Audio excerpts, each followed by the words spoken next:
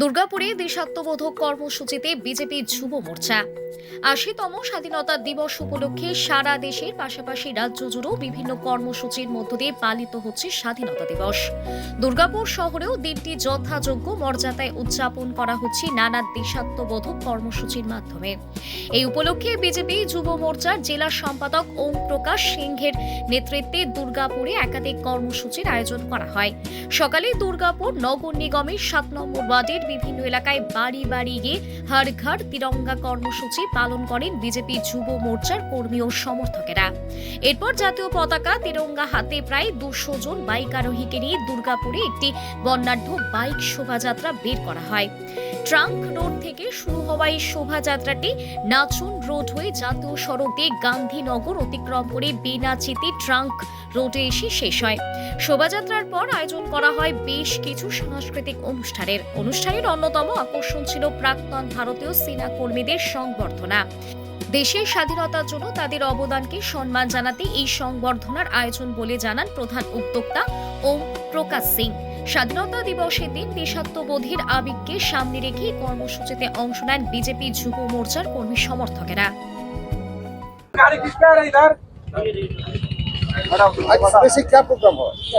আজকে সকাল থেকে আমরা মাননীয় প্রধানমন্ত্রীজি যে আহ্বান করেছিলেন যে প্রত্যেক বাড়ি বাড়ি গিয়ে আমরা হর ঘর তিরঙ্গা করবো, তো আমরা প্রত্যেক বাড়ি বাড়ি আমার নিজস্ব ওয়ার্ডে ৭ নম্বর ওয়ার্ডে গিয়ে আমি তিরঙ্গা বিতরণ করেছি।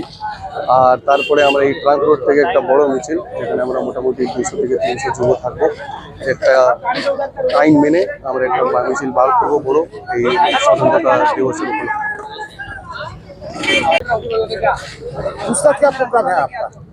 আজকে আমরা এই ট্রাঙ্ক রোডে আমাদের ক্লাব হাউসে এখানে ফ্ল্যাগ হোস্টিং করেছি। তারপরে আমরা একটা মিছিল বার করবো, যেখানে আমরা ২০০ থেকে ৩০০ যুবকরা বাইক নিয়ে বেরোবো। যে দেশভক্তির একটা প্রেম আছে, সেটা গোটা দুর্গাপুরে ছাড়িয়ে দিতে চাই বাইক মিছিলের মাধ্যমে। তো এটাই আমাদের অনুষ্ঠান থাকবে আজকে। কোথায় কোথায় যাবেন?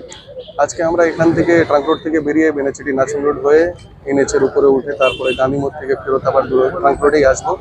তারপরে আমরা একটা এক্স সার্ভিসম্যানকে সম্বর্ধনা জানানোর অনুষ্ঠান প্ল্যান করেছি। তো আমরা যত এক্স সার্ভিসম্যান আছেন ইন্ডিয়ান আর্মির, ওদেরকে এখানে ডেকে ওদের সম্বর্ধনা করব। তারপরে ওনাকে মিষ্টি বিতরণ করে মিষ্টিমুখ করবো। আমাদের যে দেশ সেবা করেছেন ওনার কৃতজ্ঞতা পূর্ণ করব। আমার নাম ওম প্রকাশ সিং, আমি জেলা সম্পাদক ভারতীয় জনতা যুব মোর্চা বর্ধমান জেলা।